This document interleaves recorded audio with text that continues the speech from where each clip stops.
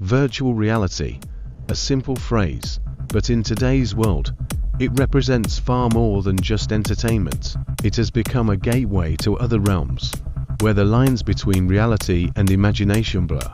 A space where the darkest corners of the mind can come alive and where the things you fear most can take shape.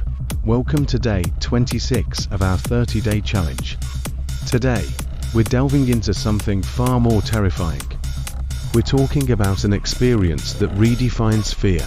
Imagine living through your worst nightmare in virtual reality.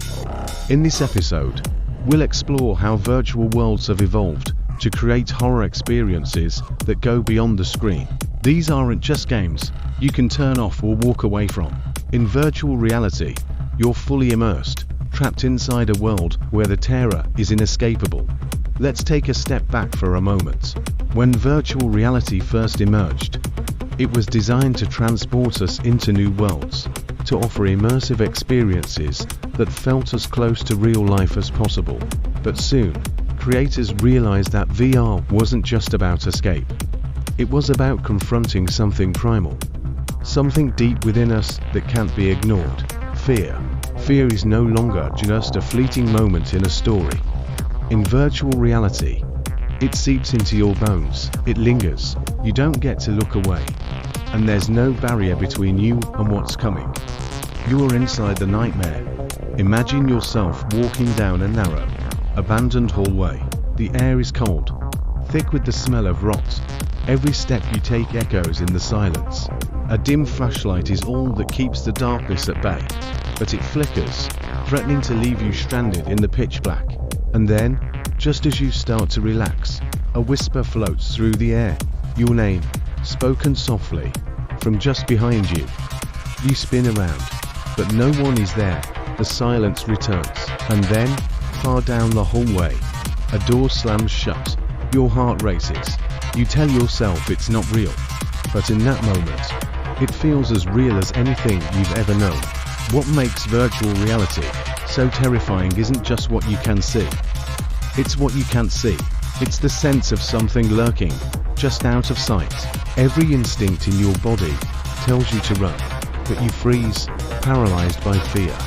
And that's where the true horror lies, in the powerlessness. VR taps into our deepest psychological fears. It's not just about jump scares. It's about isolation. It's about the fear of being trapped, of losing control.